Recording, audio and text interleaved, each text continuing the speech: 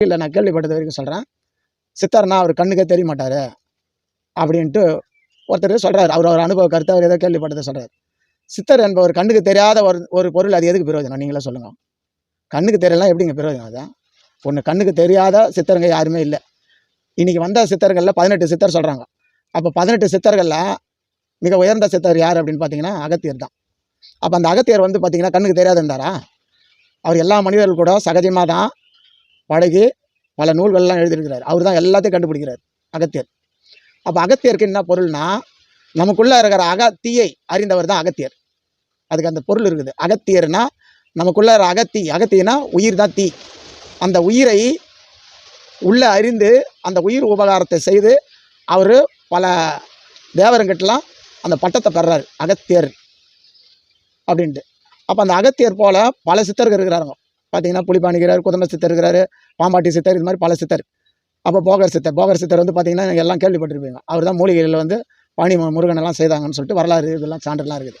அப்போது கண்ணுக்கே தெரியாத ஒரு சித்தர் இதெல்லாம் செய்ய முடியுமா? அப்போ அவங்க என்ன பண்ணுறாங்கன்னா, அந்த அந்த இன்றைக்கி சித்தர் யாருன்னு அப்படின்னா, சித்த வைத்தியத்தை யார் கண்டுபிடிச்சாங்களோ அவங்கெல்லாம் சித்தர். அந்த சித்த வைத்தியம் எதுக்காக கண்டுபிடிச்சாங்கன்னா, மக்களுக்கு பல நோய்கள்லாம் வந்ததை மூலிகை மூலியமாக அதை நல்லாக்குறாங்க. இயற்கை மூலிகை மூலியமாக நல்லாக்குறாங்க.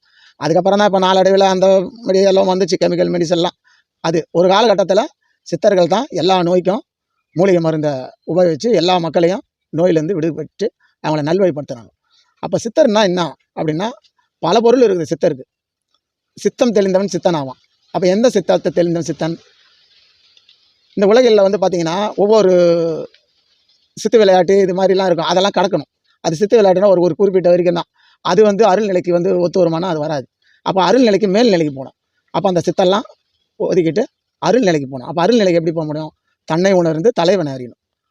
அப்போ தன்னை உணர்ந்து தலைவனை அறிந்த போதுன்னா, தன்னை யார், நாம் எதுக்காக பிறந்திருக்கோம், எதுக்காக வாழ்கிறோம், என்ன அப்படின்னு தன் நிலையெல்லாம் அவன் அறிவான். அதை அறிஞ்சு தலைவனையும் அறிவான். தலைவனா இந்த பிரபஞ்சத்தை படைச்ச ஆண்டவன். அவனை அறிஞ்சு தான் தன்னையும் அறிந்து தலைவனையும் அறிந்து அதுக்கப்புறம் தான் அவனை பண்ணுவான், மக்களுக்கு உபதேசம் பண்ணுவான். தான் பெற்ற அந்த அருள் நிலையை இந்த உலகத்துக்கு பறைச்சாற்றுவார். நிறைய நூல்கள்லாம் எல்லாம் அவங்க நிலைக்கு எழுதி வச்சுட்டு போயிருக்கிறாங்க சித்தர்கள்லாம். இப்போ சித்தர்னா என்னென்னா, அது ஒரு நிலை. இப்போ நம்ம எப்படி ஒரு மனிதன் மிருக மனிதனாக இருந்தவன் மனிதனாக வரான், இப்போ மாமனிதனாக வரான், அப்புறம் மகானாக வரான், இப்படின்னு ஒரு படிநிலை எப்படி வருதோ அதுபோல் சித்தர் நிலை எப்படின்றதுக்கு பொருள் இருக்குது. சித்தரில் பல வகை சித்தர் இருக்குது. அது வள்ளலார் கூட ஒரு விஷயத்த சொல்லுவார். அகவல்ல 1596 வரி சொல்கிறார். அந்த 1596 வரியில் ஒரு அற்புதமான ஒரு வரி சொல்கிறார். முத்தரெல்லாம் போற்றும் அருள் சித்தர் மகன் நானே அப்படின்றார். அப்போ அருள் சித்தர் மகன் யார் அப்படின்னா, அருள் சித்தர் யார் அப்படின்றதுக்கு பொருள் வந்து வள்ளலாரே சொல்கிறார். வந்த ஞானிகள் சித்தர் பற்றி சித்தர் எல்லாம் உலக மக்கள் சொல்கிறாங்க. ஆனால் அருள் சித்தர் யார் அப்படின்னு